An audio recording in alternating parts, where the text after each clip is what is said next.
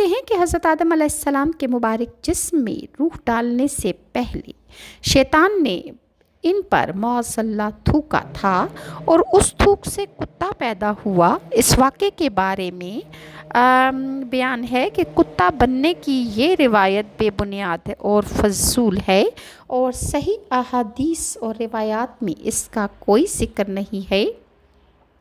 حضرت امام حکیم ترمذی فرماتے ہیں کہ اللہ تعالیٰ نے جب حضرت آدم علیہ السلام کو زمین پر بھیجا تو شیطان نے درندوں کو آپ علیہ السلام کے خلاف بھڑکا دیا، جس کے نتیجے میں کتے نے سب سے پہلے حضرت آدم پر حملہ کیا۔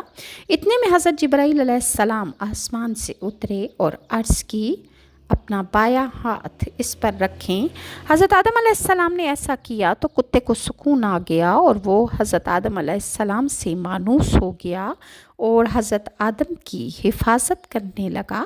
کتے کی طبیعت میں قیامت تک کے لیے اولاد آدم کی محبت رکھ دی گئی، اور اسی طرح یہ بھی ذکر ہے کہ اس دن جمعے کے دن حضرت آدم علیہ السلام کے جسم شریف کی تکمیل ہوئی، اور فرمان آخری نبی کریم صلی اللہ علیہ وسلم ہے کہ یعنی رسول اللہ کا بیان ہے کہ بہترین دن جس میں سورج نکلے وہ جمعہ کا دن ہے، اور اسی دن حضرت آدم علیہ السلام کو پیدا کیا گیا۔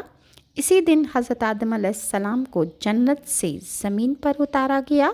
اسی دن حضرت آدم کی توبہ قبول فرمائی گئی، اور اسی دن ان کی وفات ہوئی، اور اسی دن قیامت قائم ہوگی۔ ابو داؤد نے بھی اس کو بیان کیا ہے۔ یہاں حضرت آدم علیہ السلام کی پیدائش سے مراد یا تو ان کے جسم شریف کی تکمیل ہے یا جسم شریف میں روح پھونکنے سے مراد ہے، کیونکہ حضرت آدم علیہ السلام کے جسم کی ساخت بہت عرصہ تک ہوتی رہی۔ ہر قسم کی مٹی پانی کا جمع فرمانا، پھر اس کا خمیر کرنا، پھر اعضائے ظاہر و باطنی کا بنانا، پھر بہت روز تک ان کو سکھانا، اور اس میں بہت دن لگ گئے۔ یہ ایک گھڑی میں یہ تمام کام نہیں ہوا۔ اسی طرح حضرت آدم علیہ السلام کی جب جسم کی تکمیل ہو گئی تو روح کا ذکر آ گیا کہ روح کو کیسے جسم میں داخل کیا گیا۔ تو اللہ پاک نے جب روح کو حضرت آدم علیہ السلام کے جسم میں داخل ہونے کا حکم ارشاد فرمایا تو روح نے عرض کیا کہ یا اللہ پاک، یہ جگہ نہایت گہری اور اندھیری ہے۔ 3 بار اللہ تعالیٰ نے حکم دیا روح کو کہ اس میں داخل ہو جا، اور تینوں بار روح نے یہی عرض کی تو اللہ تعالیٰ نے فرمایا نہ چاہتے ہوئے داخل ہو رہی ہے تو پھر نکلنے میں بھی تجھے سخت تکلیف ہوگی۔ یہی وجہ ہے